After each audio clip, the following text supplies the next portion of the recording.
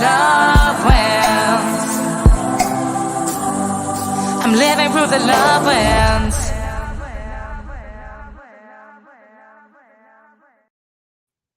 Good evening, hello, good afternoon, good morning, wherever you are in the world. Welcome back to another episode of the Reconnect with Your Teenager podcast with yours truly, Emma G. Now, if you are new to this platform, I'm so glad and grateful that you're here because you are in for one heck of a show. But first, let me introduce myself properly. My name is Emma G. I am a youth empowerment through songwriting coach, helping teenagers to find their abilities to express themselves healthily and safely through the lens of songwriting.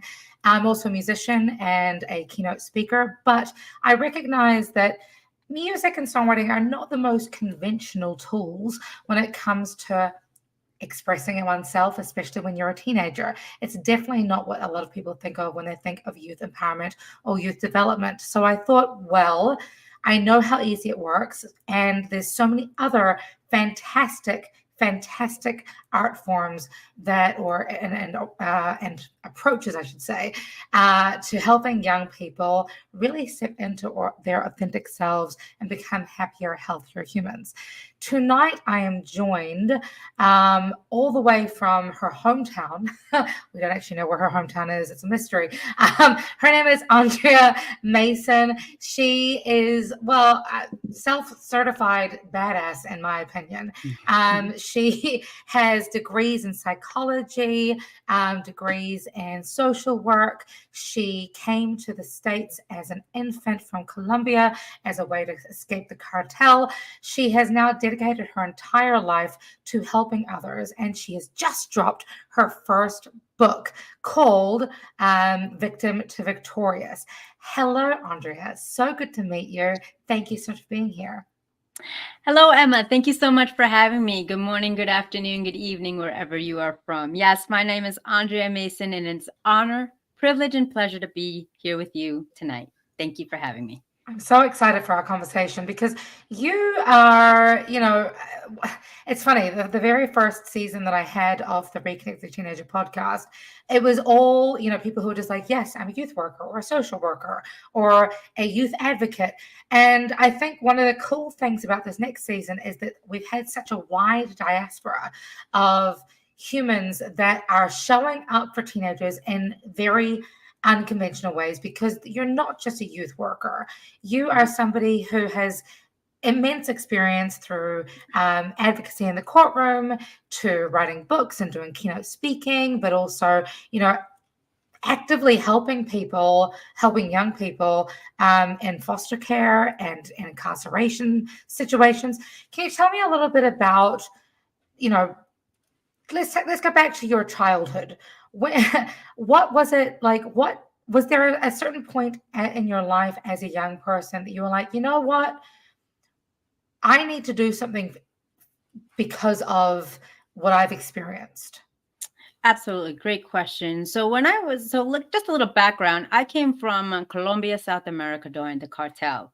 I had no knowledge of who my parents were, or the fact that they weren't able to care for themselves, let alone myself. And so they had put me up for adoption at 11 pounds, 11 months old. So I came to the Americas in unconditional loving arms of my parents, Italian and Irish descent. And what was the greatest thing about it was at a yearly age, they were able to tell me that I was adopted. I remember them sharing a book, and it was the front cover was a young child in the storefront waiting to be chosen. And adoption equals being chosen, the greatest gift of life. Not only having the benefit of two families, one who gave you life and one who provided unconditional love, but the journey thereafter. But it wasn't always, as Rocky Balboa says, Sylvester Stallone, sunshines and rainbows. It was triumphs of being adopted to give another chance at life, but also a tragedy. And the reason why is because I didn't look like my parents. At a young age, they said, well, if your mom and dad didn't want you, how are you going to love others? And that was the stepping stone, Emma, to what transpired thereafter. So that was the mental health opportunity that I decided to take the pen in my own hand and write my story. of leading a legacy of love, unconditional Mm. love, to feel comfortable with the uncomfortable. Back to you. I love that. I think, so I especially love the fact that you have really honed in on the fact that you're adopted. Mhm. I was raised with my brothers and sisters in Fiji. My mother raised me by herself, but I had a Mm. lot of friends who were adopted as well. Believe it or not, in my small town of Raglan, New Zealand. In fact, my one of my best friends in elementary school, his birth grandfather was the creator, the founder of the Guinness Book of Records. Wow. He knew who his birth parents were, but he wasn't raised by them. And I know that a lot of adoptees often Mhm. feel like they weren't good enough for their parents. Mhm. Therefore, how are they going to show up for others? How are they going to love when they, in their minds, um, weren't loved by their own flesh and blood? But Mhm. you have kind of turned that around and recognized, well, actually, no, I am so loved that I was chosen by my parents. And Yes. I think that's such a beautiful reframe of the situations. And you've carried Mhm. on that cognitive reframe in your career, it seems. Right. Um, Mhm. what got you into you studied both psychology and social work.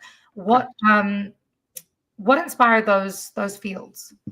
Well, I wanted to study social work because I was able to understand the cultural diversities of the world. A Mm, little bit getting a better picture of what media and society portrays about the countries and the continents that we border all around us. oh, They only give us a snippet of what one culture or race or ethnicity perceives how their lifestyle is. They don't unveil the whole truth at certain times or in certain circumstances, along with stereotypes and stigmatism. So I wanted to step into social work for that regard. Then I wanted to marry that with psychology to understand the neurological subliminal consciousness and unconsciousness of the mind, of why we do what we do and why we don't do what we do. And I love how you had said that I was able to interpret it, because what I call in my line of coaching is changing your channel, shifting mm, your perspective, because one's perspective and perception is one thing, but if you are able to realize that there are more options, more avenues, and just even turning a 2-degree, 3-degree angle will change your world immensely. And that is what has done for that is what has happened to us recently, a few years ago, when we take everything for granted and then everything changes in the snap of a finger. Back to I, you. I love that so much. You talk about changing the channel. I am all about changing the song. Yes. It's like, I Hmm. think we get so consumed with this idea that like we're the lead character and everything needs Hmm. to be the way that it's going because this is how I'm experiencing life. When in actual fact, we have the opportunity and the ability Hmm.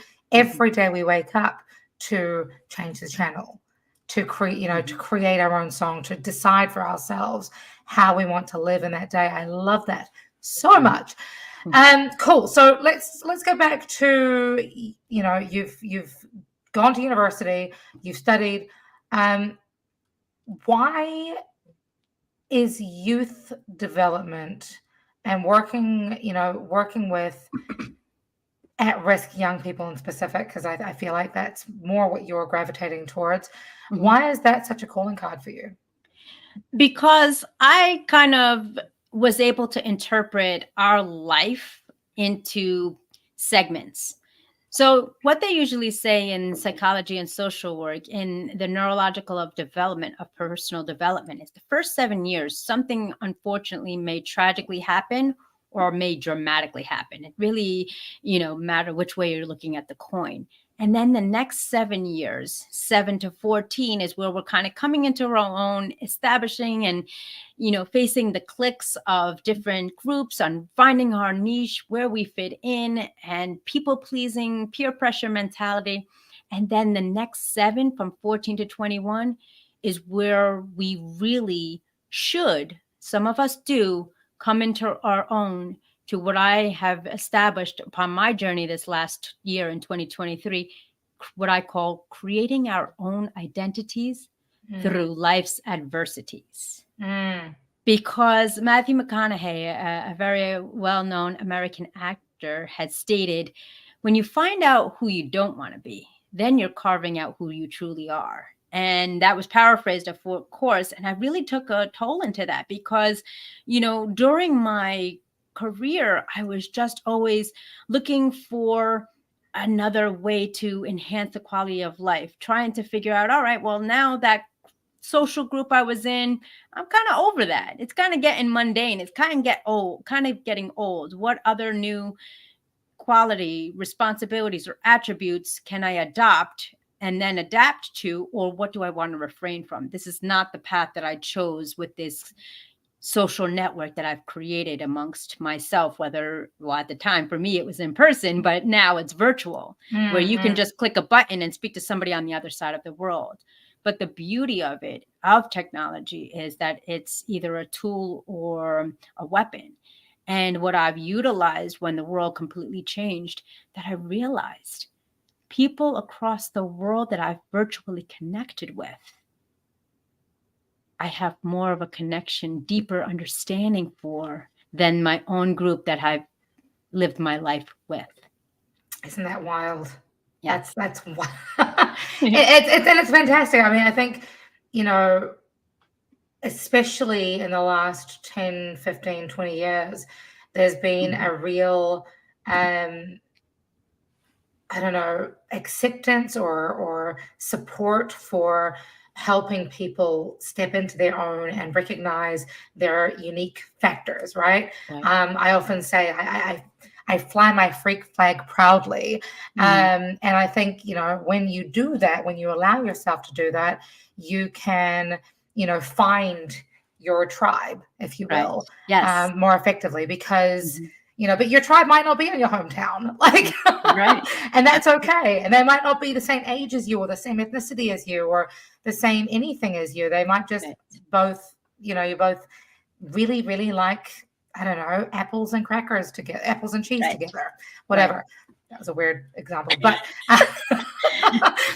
I'm hungry. Can you tell? No. Yes.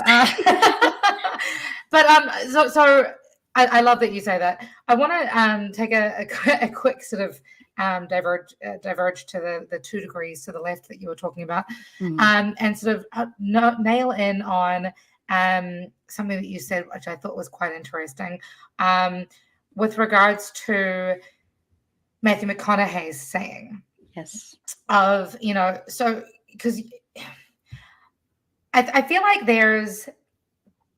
it's often so often we sort of look at these famous people and Mhm. think they know better than me, they Mhm. are wiser than me, they have the platforms that I don't, therefore I want to listen to them when it comes to life advice or whatever. Mhm. But you are somebody who, I don't mean no harm, you were born in relative obscurity, in Mhm. Colombia. You moved to the Right. States at 11 months and 11 pounds. Right. And you have built this network around you Right. throughout your life that has meant that, you know, your voice and your authority when it comes to self knowledge, self awareness, Mhm. and the importance of mental health and well being is you have a voice that is worthy of taking note of. A lot of young people, however, don't have that toolkit. Right. How is it that we can help as parents or caregivers or teachers help our young people recognize that even if they're not Matthew McConaughey, Mhm. that their voices matter as well? Yes. I mean, it starts with mindset, Mm, because you can either reflect or deflect what's coming at you. And we have a choice. That's what we have to recognize. We have a choice every single second of our life.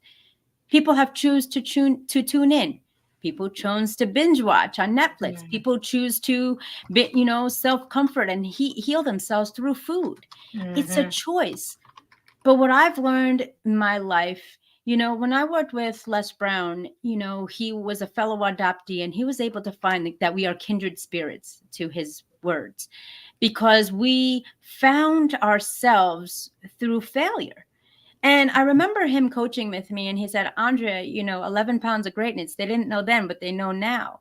And to have now virtually spoken on every continent, in orphanages, with the elite global ambassadors, kings and queens, and platforms, and have this great following. Had you asked me that to do that when I was age 15, I would have laughed in your face and put my hand up and said, go. My whole life, up until recently, I was behind the curtain, the Wizard of Oz, if you will. I was Mm. always making sure everybody was taken care of. I was always putting other people's needs before mine, saying yes to them and no to myself first. And it really, the aha moment, which I really encourage our audience to be mindful, is to listen to your body and listen to your emotions. Don't let your emotions control you, but also have the power of forgiveness. Why? Mm. Because when I spoke to Les Brown, and as him coaching me, he said, well, Andrea, what is your biggest fear? And I said, confidently, wholehearted, straight face, I fear success. And Mm. he said, well, that's pretty bold. I said, you know why? Because I failed at everything I've ever done in life. I had to work 10 times harder in school. On the athletic field, I had to grind because I was of petite stature and work hard. I was the person that you would find at the office 2 hours early and 2 hours late to make sure all my T's were crossed and my I's were dotted. Why? Because that was my name on it, my brand. And it's important. When we are adolescents, we are constantly pulled left and right, what's good, what's wrong. Internet's telling us this, social media is telling us this. Our heroes and sheroes who really are different from our era, our heroes and sheroes are people who are just like us. They just Mhm. have discipline, direction, and drive. And when you put those 3 Ds into your vocabulary, you are just as same as us on this platform, as Les Brown, as Michael Jordan, as Eminem, but the difference is they never gave up. Yeah.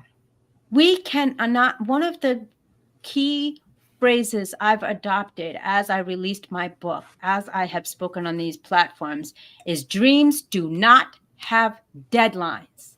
They create destinations. Oh, And if oh, we I are able to embrace that, then the journey is just that more smooth.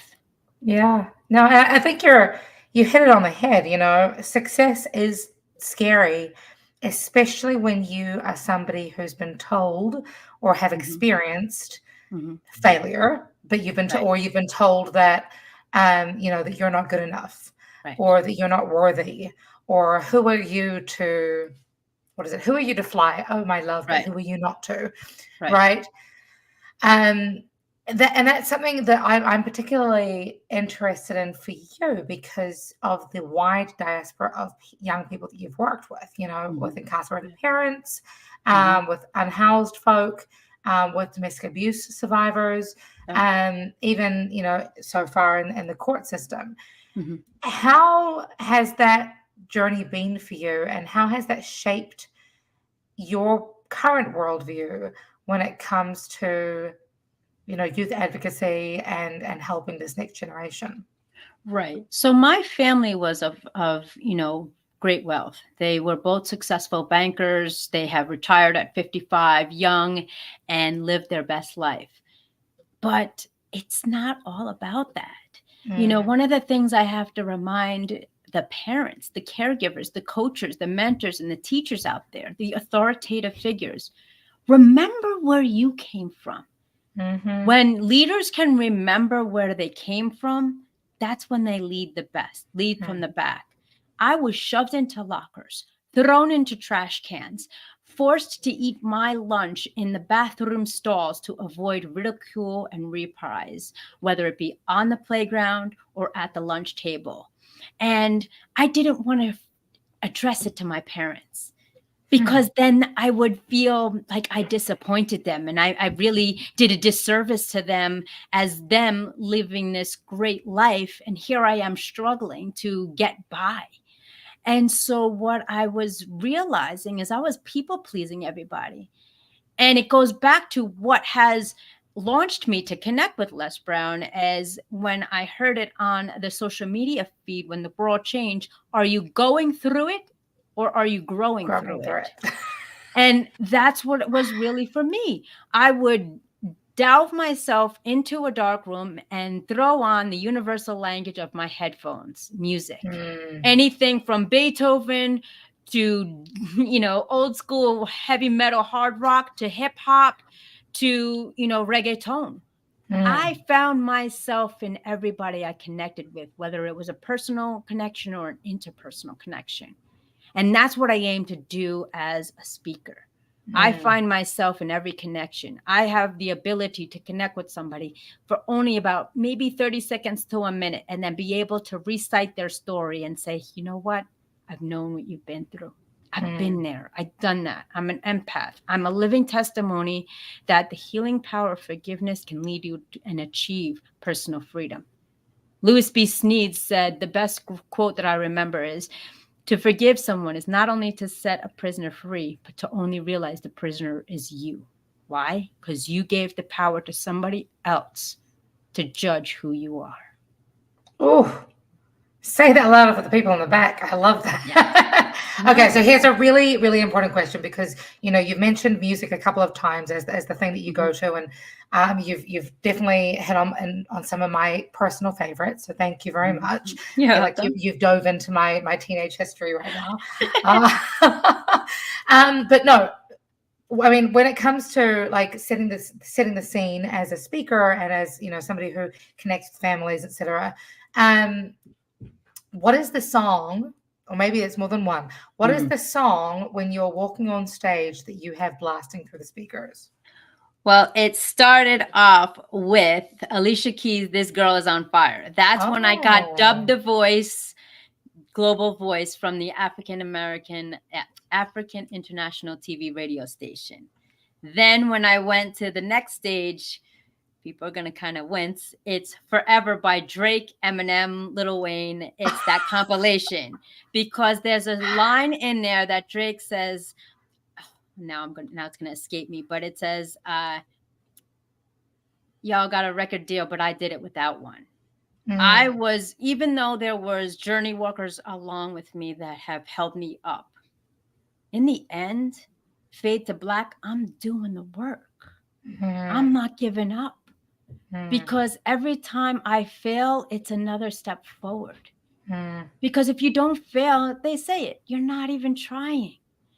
And that's, I grew up with 7 cousins that were male. I was never in the kitchen you come from an Italian Irish descent, you figure she's in the kitchen making all this. Nope. I was a tomboy outside throwing a quarter pass, going down wide right, and scoring touchdowns. I was the one in the hoodie and the sweatpants and just chilling. And then what I used to do to escape was my aha moment of independence was when I got my own vehicle and would just cruise to music. Anything from Low Rider to We're Not Gonna Take It to I'm Dating Myself to like hey, nothing wrong with Twisted Sister. Nothing wrong with Twisted Sister at all. I see you. And then going to, like my biggest song now was Emile Sade, when she goes, Read All About It. My friend dedicated that song when I launched this journey, and it just really struck a chord, because she talks about, if we're not going to tell the truth, then what's worth fighting for? And I've always been about authenticity. I've always been about integrity. And a lot of people couldn't take it. They didn't like it. Well, why you got to tell the truth all the time? Because that's how I was raised. But if I didn't get the truth, it was a jagged pill every time. If I didn't get the truth, I wouldn't be where I was today. I love that. And you've mentioned so many things I want to talk about, and I recognize we're running quickly out of time. But I want to make one more quick question before we sort of lead people to your book. You mentioned about obviously the Les Brown very well known quote of "Don't just go through it, but grow through it." I think that's something that a lot of people struggle to conceptualize. Mhm. And so um, when it comes to that, especially for young people, especially in an age where, and I don't know how many, high schoolers you're currently working with, but Mhm. I see it on the daily of Yes. these young people who are so stressed because they're doing wrestling, they're doing music, they're doing lacrosse, they're doing the chess club Right. all at the same time, whilst Mhm. also trying to apply for colleges, and Right. it's overwhelming and it's scary. And the Right. mere idea of failing something Mhm. makes them feel as if they are never going to be successful. Right. And we have that misconception, Emma. Society says, let's multitask. Well, I was the number one master of multitasking until I erased myself out of the equation. Mm, And yes, you want your children to be active, you want to be involved. But when is there time for family time? You have kids raising kids, you have screens raising families, mhm, babysitting children. When was the last time? And for the audience, put down when the last time you actually sat down with your caregiver, guardian, parent, or even a family member for 30 minutes mhm, without the cell phone in front of you, binge watching, and having all the distractions. Spoiler alert, several years ago, I unplugged completely, even to this day, with the exception of my business. I don't watch TV. I don't listen to radio. I don't listen to newspaper articles, even if that's a thing. Anything I do is by pure choice. I have a YouTube playlist of everything from Yanni to, like I said, Eminem to Jay Z to DMX. I'm versatile in that. I'm also a musician myself. I started playing the piano, hearing it first, then reading the music at age 4. And mm. I can play the drums. If I listen to it, I can still do that. But what I believe is missing is patience and precision.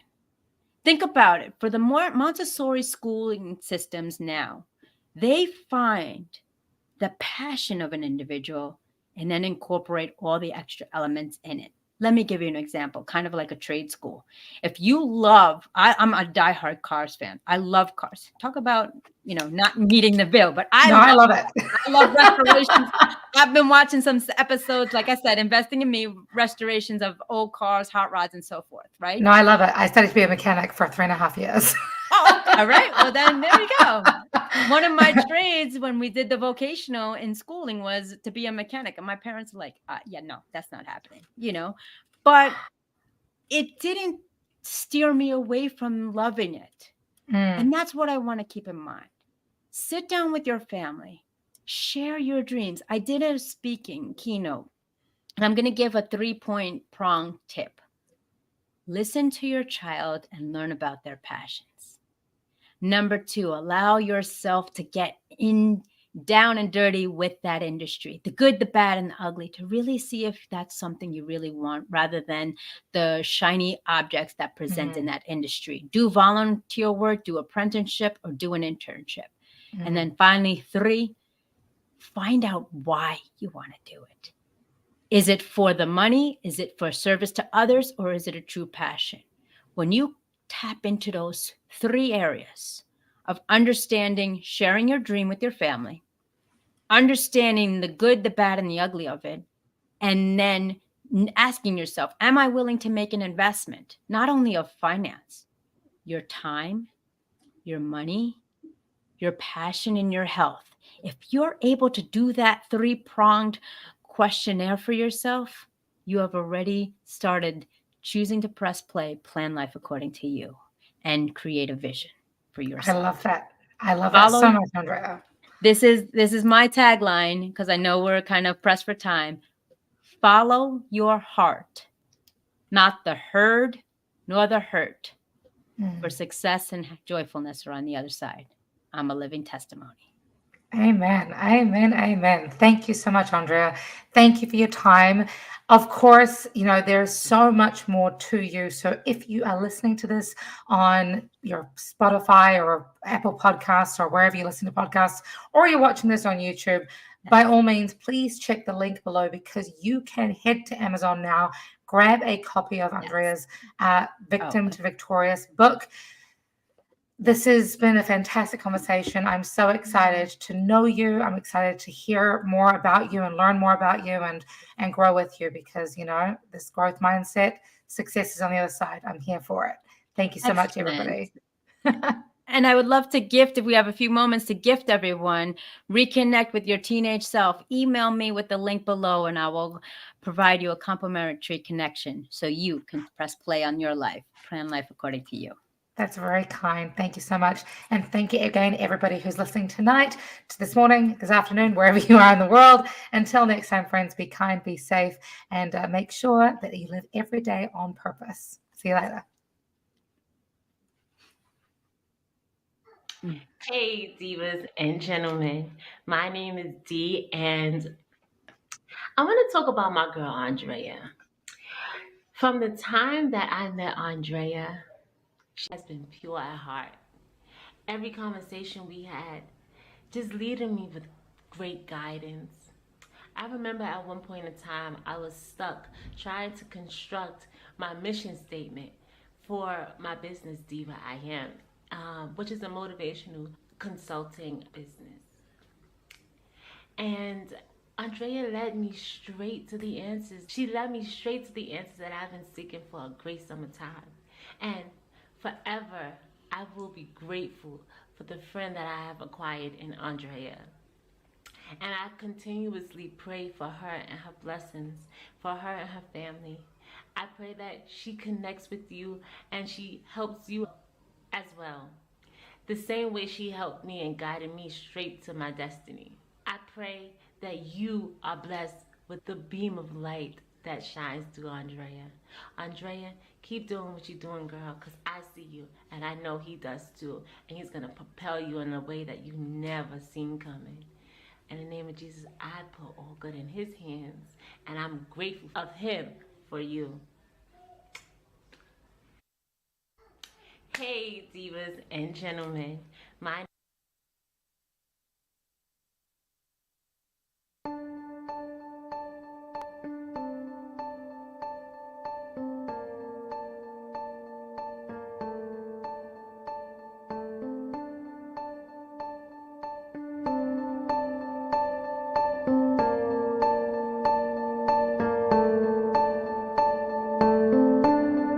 You thought you knew it all,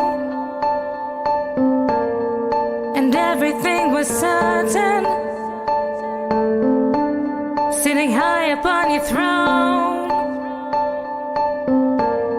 so comfortable, assertive. But chaos has a habit of testing who you are. Submissive or a savage, timid or a star, we rise up now. Let the flames lick the wounds of the past.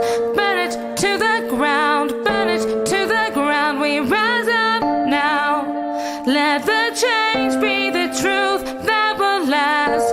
Burn it to the ground, burn it to the ground, and we rise from the ashes.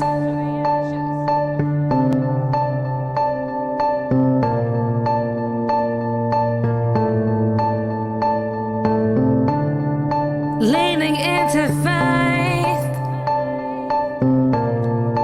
better with your cynic, trying to find your way, trying to find your perfect. But judgment has a habit of breaking your own heart. The strength of your conviction makes you who you are. We rise up now.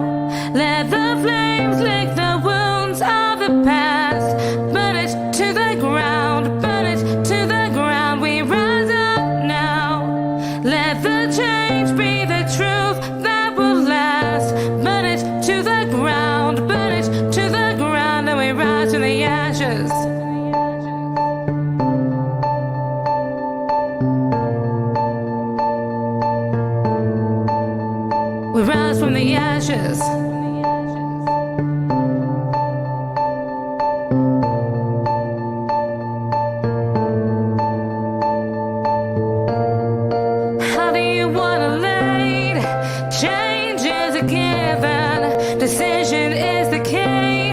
We rise from the ashes. We rise up now.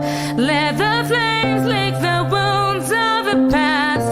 Burn it to the ground. Burn it to the ground. We rise up now. Let the change be the truth that will last. Burn it to the ground. Burn it to the ground. We rise up now. Let the flames lick the wounds